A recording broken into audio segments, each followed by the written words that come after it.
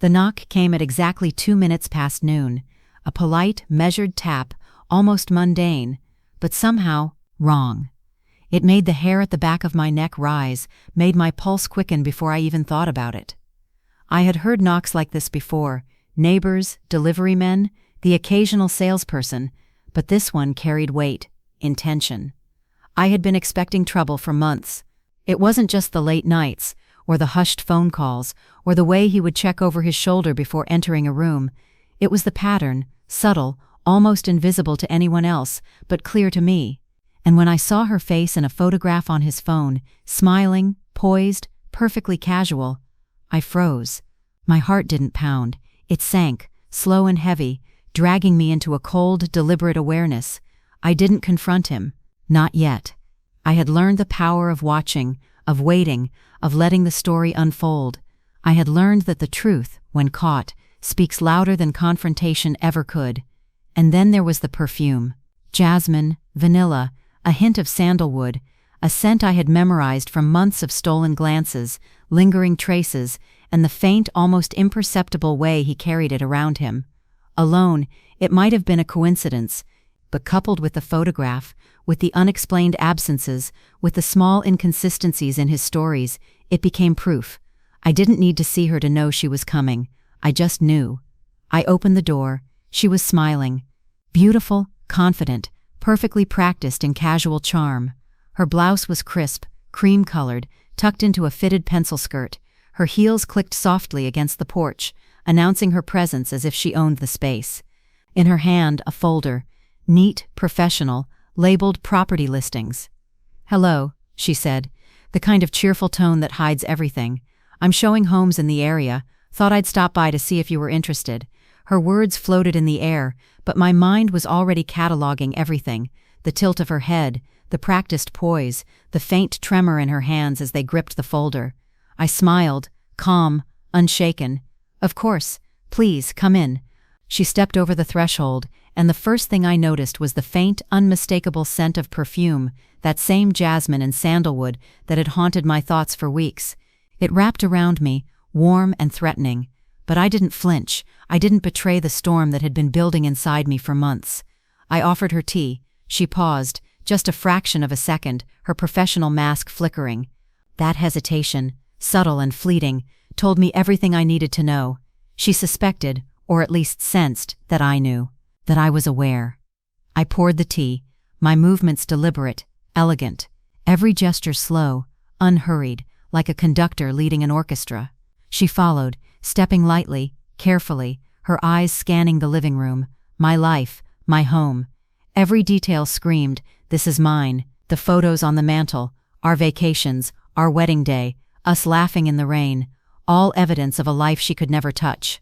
The small details mattered: the way our cat padded between our legs, brushing against my ankles, the faint smell of my own perfume lingering on the curtains, the softness of the cushions she sat upon. She could not see it, but she felt it. Every inch of this house belonged to me. We moved through the living room into the kitchen. I offered her a seat while I prepared the tea. The silence between us was thick, layered with anticipation.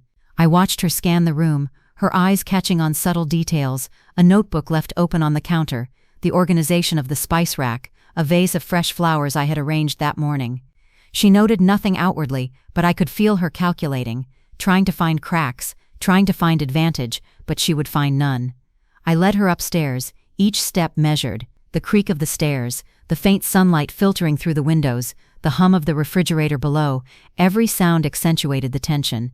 My pulse was steady. I let it be, letting the quiet become part of the trap. And then the bedroom. The door opened slowly, deliberately. She stepped inside, scanning the space: the bed, the wardrobe, the carefully arranged dresser, each item a subtle proclamation: "You are not welcome here." And then she saw it, the framed wedding photo. My husband and I smiling, rings gleaming, forever frozen in that perfect moment. Her smile faltered, her hands gripping the folder like a shield began to tremble. I could see it in the faintest twitch of her fingers, the way her eyes widened, the shallow intake of breath she tried to disguise. "You like the room?" I asked softly, calm, almost cordial, but the sweetness of my tone only made the tremor in her voice more pronounced. "It's lovely," she said, her words fragile, brittle. I poured myself a cup of tea, letting her stand there, caught in the quiet storm I had orchestrated. I let her look around, let her see the life she had tried to infiltrate, the love she could never touch. I didn't speak again for a long moment. I just watched her unravel in silence. Every flicker of panic, every micro-expression, every subtle shift in posture, all proof of what I had suspected all along. Because revenge doesn't have to roar. Sometimes it whispers, lingers, coils quietly around your prey. And in my house, that whisper carried a name she would never forget. She was still standing there, her hands trembling slightly over the folder, her eyes darting between the dresser, the wedding photo, and me. That brief moment of fear had passed into something else, the sort of calculated composure people wear like armor when they realize the game has changed, when they sense they are no longer in control. I poured myself another cup of tea and sat down on the edge of the bed, letting the warm porcelain settle between my palms. Every movement was deliberate, slow, unhurried. She followed my gaze to the window, noticing the sunlight hitting the hardwood floors, the faint dust in the air, the curtains I had adjusted just so. "You must be curious," I said softly, almost conversationally. "You've seen the house before, at least in your imagination." She stiffened, the folder tightening in her hands. "I know.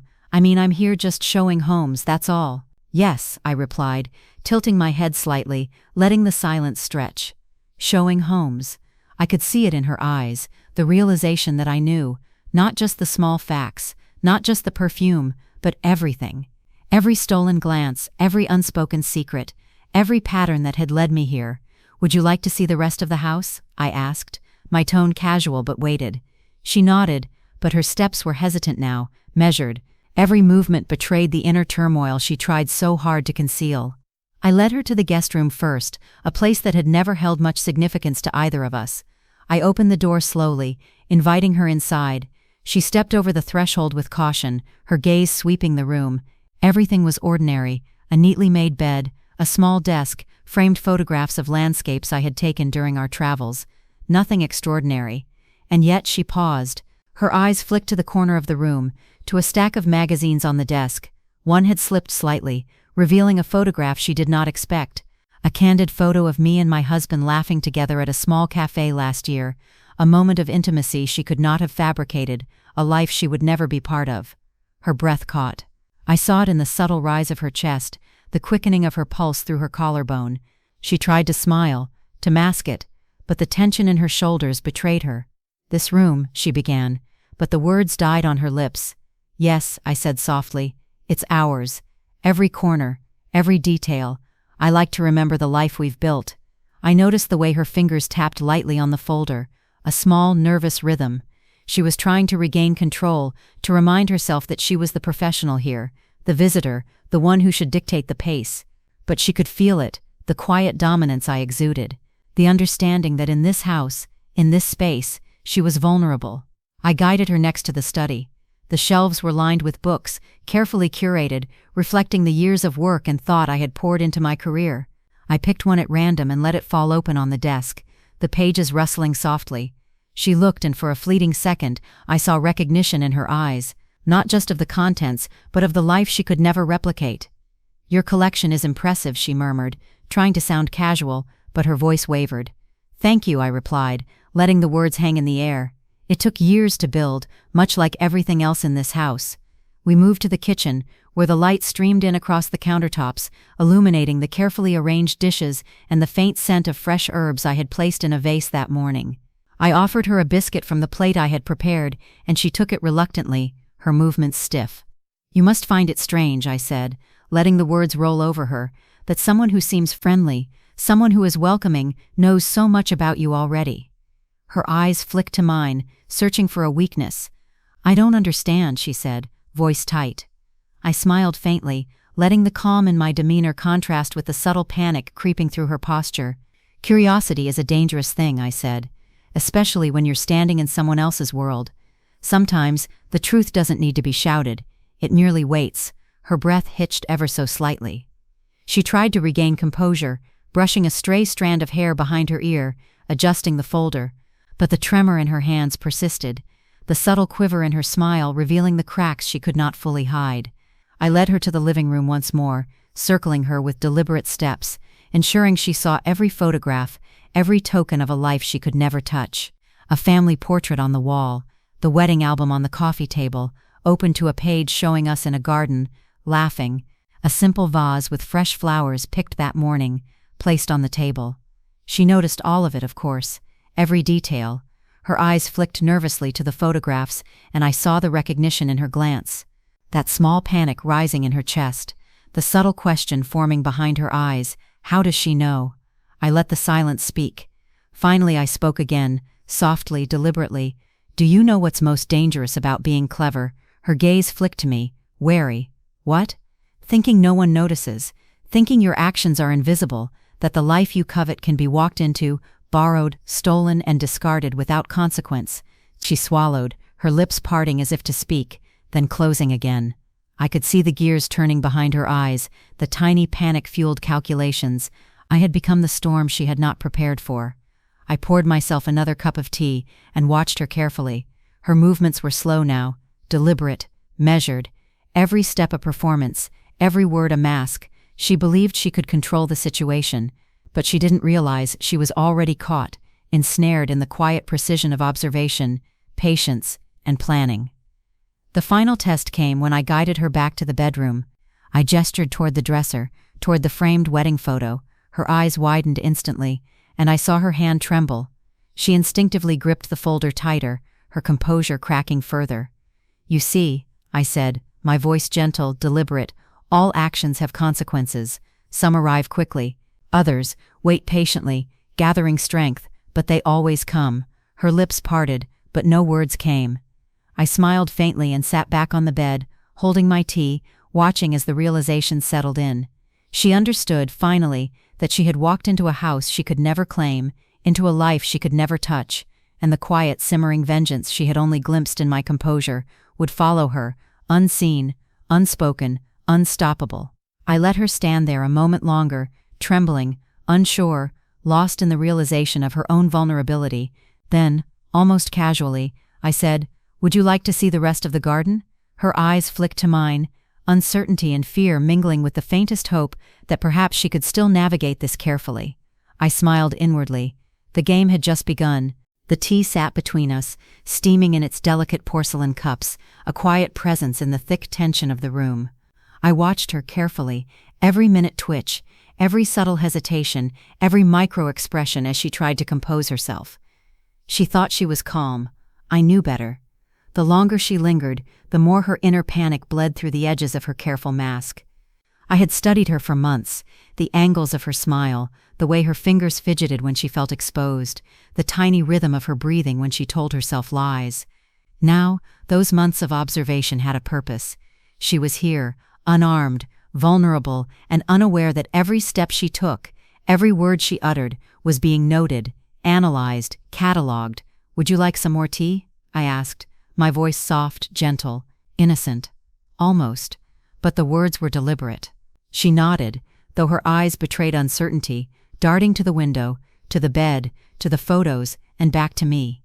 She was scanning, searching for weakness, as if she could read the room and find a loophole in my calm. I poured the tea slowly, deliberately letting the liquid swirl in the cup, steam curling in the warm sunlight. Every movement was a statement. I was composed. I was in control.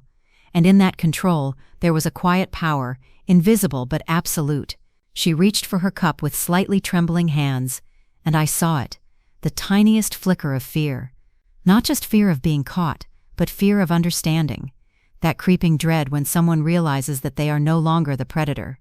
"You know," I began casually, "it's fascinating how people can present themselves one way, and yet with just the smallest detail, reveal who they really are." Her gaze snapped to mine, sharp, alert. She tried to mask it with a polite smile, but I could see the calculation in her eyes. She was already realizing she was walking into a trap she could not escape. "Details?" she asked, voice steady, but her hands fidgeted with the edge of the folder. "Yes," I said softly, letting the word linger. "Sometimes it's a glance, a hesitation, a smell, something so subtle that most people overlook it. But if you pay attention, you notice everything." Her lips parted slightly, but she said nothing.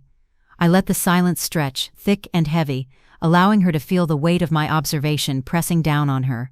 I leaned back slightly, casually turning my head to look out the window. "I noticed," I said, almost to myself, "long before today. Patterns, late nights, phone calls he thought I wouldn't hear, photos left carelessly in the wrong album, perfume in the air that doesn't belong. Each one a tiny thread, and eventually they form a pattern, a truth too glaring to ignore." She swallowed, and I could see her pulse quicken. Her hands gripped the folder tighter, knuckles white. Every micro-expression told a story: panic, guilt, fear, and the realization that she had underestimated me. "You've observed me," she said finally, voice trembling, trying to regain composure. I smiled, just slightly. "I don't observe. I notice. There's a difference. Observation is passive. Noticing allows you to anticipate, to prepare, to respond." I leaned forward, allowing my gaze to meet hers directly. "And preparation, my dear, is something I have had plenty of time to cultivate. You walked in here thinking this was a casual visit, that you could blend into my home unnoticed, play the role of a professional. But the truth is different. You are not in control here. I am." Her lips parted, then closed again. She tried to smile, tried to appear unaffected, but the tremor in her hands betrayed her. She moved closer to the bed, as if the furniture could shield her from the truth she had ignored for months. She had walked into the lion's den uninvited. I let her stew in that realization, pouring her another cup of tea, deliberately letting the aroma fill the air. I watched her take a small sip, hands still shaking. She tried to focus on the liquid, as if the tea could ground her, could distract her from the reality she could not escape. Then I began the subtle dismantling. Nothing overt, nothing loud. I let the details of her intrusion speak for themselves. "This house," I said lightly, "has been ours for years. Every corner tells a story. Every photo, every trinket, every book, every fragrance. It is all evidence of a life built carefully. Not stolen, not borrowed, not imagined, built." She looked at me, her eyes narrowing slightly. "And you think I held up my hand gently. "No need to speak. The truth is apparent. It's visible. It's in every careful placement, every measured glance you cast, every step you take when you think no one is watching. I've been watching, and I've been waiting." Her hands shook more now. I noticed the subtle trembling of her fingers, the way she pressed the folder closer to her chest, as if she could shield herself from the weight of her own actions. I set my cup down, leaning forward slightly. "I will not yell.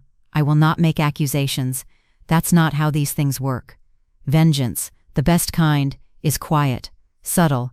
It creeps in, unnoticed until it is absolute, until the realization sinks in. And today is the first step." Her breath caught. I saw her swallow, small, nervous, her mind racing. She tried to think, to plan, to recover some semblance of control, but it was gone. Every calculated step she had taken to insert herself into my life had failed, collapsing under the weight of my knowledge, my patience, my quiet mastery of the situation. I leaned back, resting my chin lightly on my hand, letting her feel the calm contrast with her rising panic. "Tea?" I asked again, my tone deceptively gentle. She shook her head, no words. Her eyes flicked toward the door, toward escape. But she knew. She knew she could not leave yet. She was trapped, not by walls, not by force, but by understanding, my understanding. The knowledge I had built over months, the quiet accumulation of every detail, every piece of evidence, every single pattern she had assumed I would overlook, and she would remain trapped for as long as I wanted. I let the silence stretch, long enough for her to feel the weight of it, long enough for her to understand that every small choice she had made, every lie she had whispered into the air, had led her here into my hands, into my carefully constructed space, into the beginning of a reckoning she had not anticipated. By the time we reached the garden, the subtle tension had transformed into something tangible, almost electric. The sunlight fell across the stone path, soft and golden, but beneath the serene exterior, a storm simmered, silent, controlled, lethal. She followed, hesitantly, heels clicking lightly on the path. Her posture was rigid now, every movement calculated, every glance searching for escape, for some hint of normalcy that wasn't there. But there was none. The calm control I had maintained so far was no longer passive, it was an active trap, and she had already stepped inside it. I gestured toward the seating area beneath the pergola. "Shall we sit?" I asked lightly, keeping my tone casual, almost conversational. But she could feel it, the quiet power beneath my words. As she sat, I poured her a small glass of lemonade, deliberately letting it catch the light, making the golden liquid shimmer as I placed it before her. The small mundane act was deliberate, a test, a signal. Could she remain composed while I dictated the rhythm of our interaction?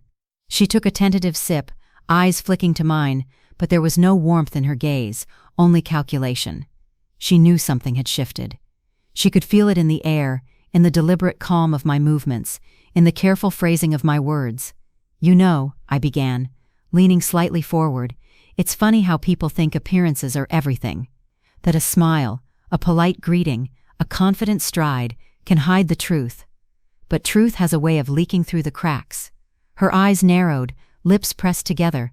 "I don't understand what you mean," she said, voice tight. I smiled faintly, letting my fingers trace the rim of my glass. "Oh, I think you do. You just hoped I wouldn't notice. You hoped I wouldn't put the pieces together." She flinched. That tiny, almost imperceptible movement thrilled me. The mask she had been wearing for weeks, maybe months, was slipping, revealing something I had long suspected: fear. The knowledge that she had underestimated me, that she had assumed invisibility, that she had believed she could navigate my life without consequence. "You've prepared for this," she said finally, voice low, wary. "I don't prepare," I corrected softly. "I notice, and when the time is right, I act, and act I would." The first move was subtle, almost invisible. I asked her to follow me back inside, to see something of interest. The walk through the hallway and past the living room now took on new significance. Every photograph, every object, every arrangement was deliberate. I noticed the way her hands fidgeted with the folder, how her gaze lingered a fraction too long on the wedding photo on the mantel, how her steps slowed as if the floor itself resisted her passage. In the dining room, I paused. "Do you see this?" I asked lightly, pointing to a small envelope left conspicuously on the table. She looked, eyes widening slightly. "What is it?" "Your favorite kind of test," I said, letting the words hang. "A choice." Inside the envelope were two photographs. One showed my husband at a restaurant, smiling at a woman whose features were unmistakably familiar, the same woman who now sat before me. The second photo was of the same woman leaving an office late at night, her expression casual, unaware she was being watched. She froze, and for the first time, I saw her composure fracture entirely. Her eyes darted to me, searching for an explanation, a lifeline, but I gave none. "This is nothing new to me," I said softly. "I've known for months. I've seen the patterns, and now you see them too." Her breathing quickened. Hands shaking visibly now, she gripped the folder like a lifeline. Every instinct she had relied upon, charm, poise, subtle manipulation, had failed her. She was exposed, naked in the quietest, cruelest sense.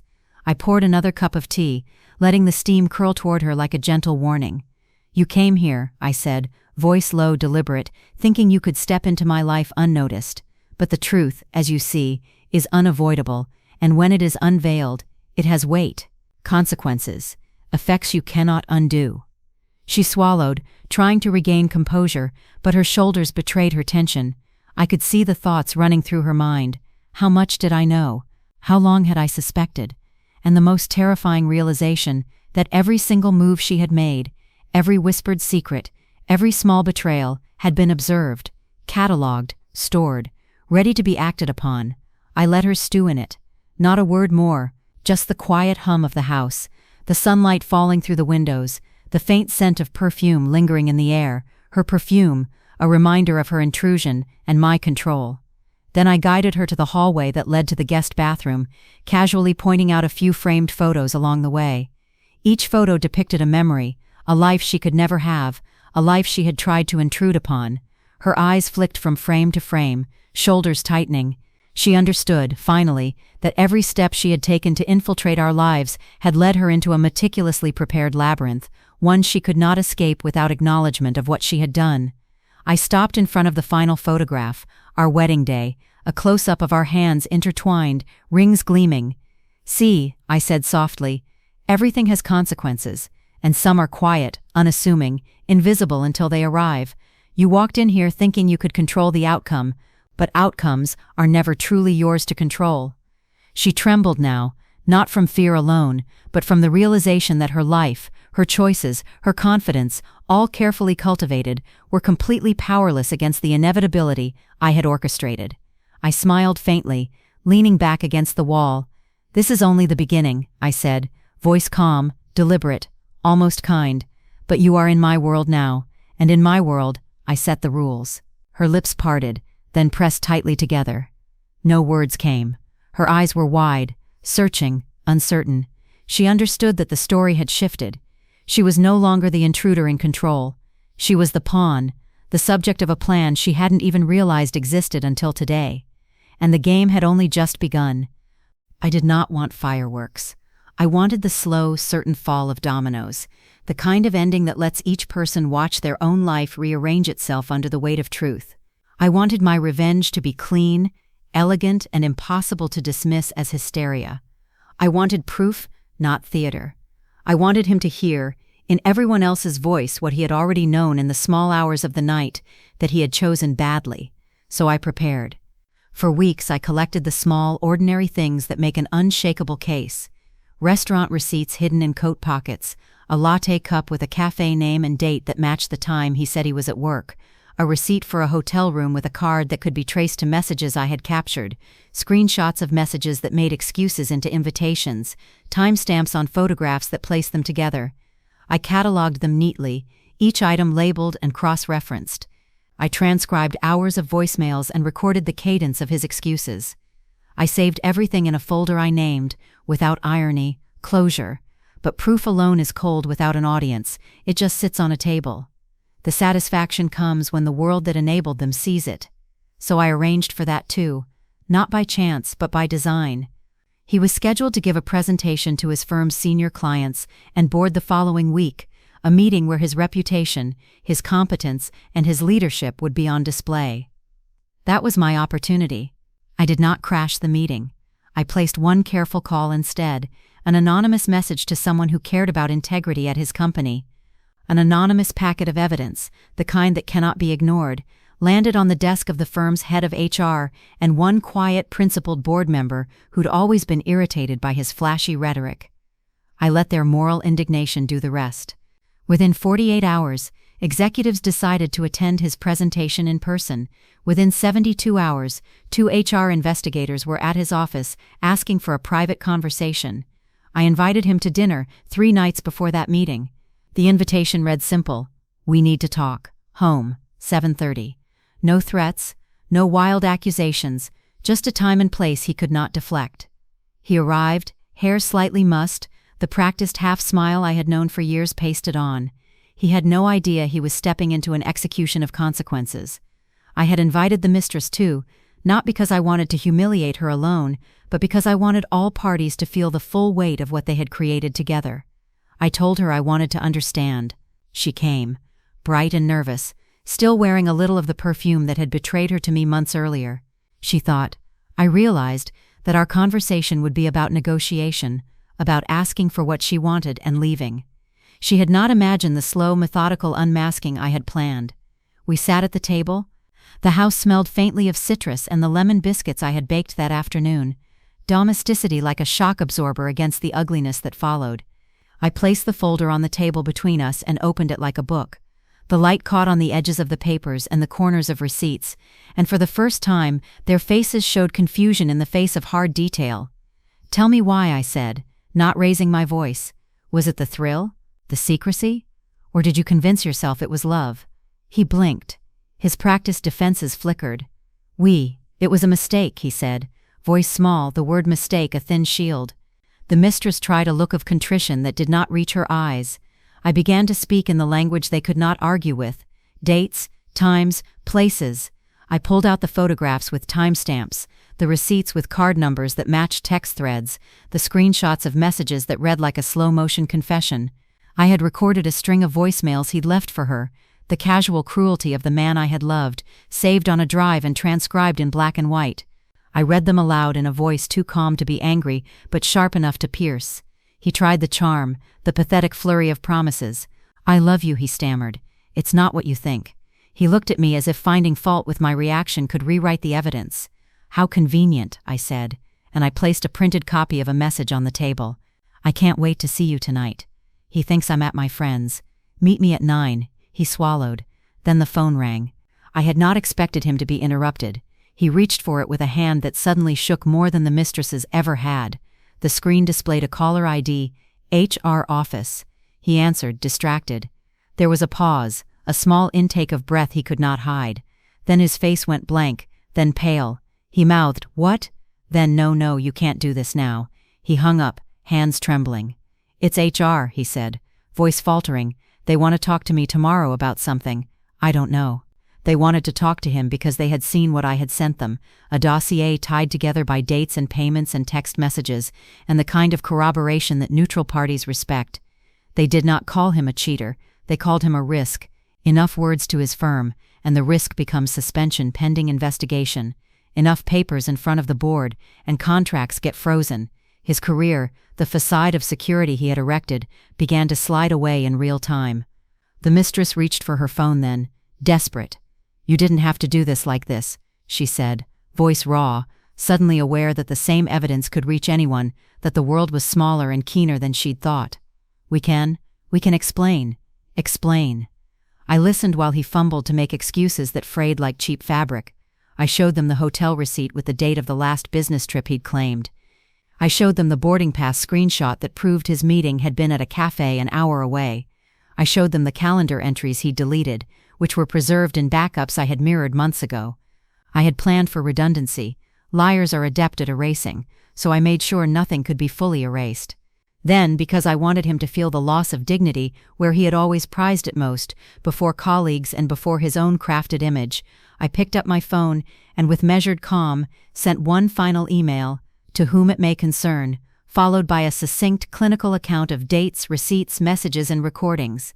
I copied it to the head of his firm, to the HR email, and to the one board member who'd been so disturbed by the packet I had mailed. The email landed like a quiet bomb,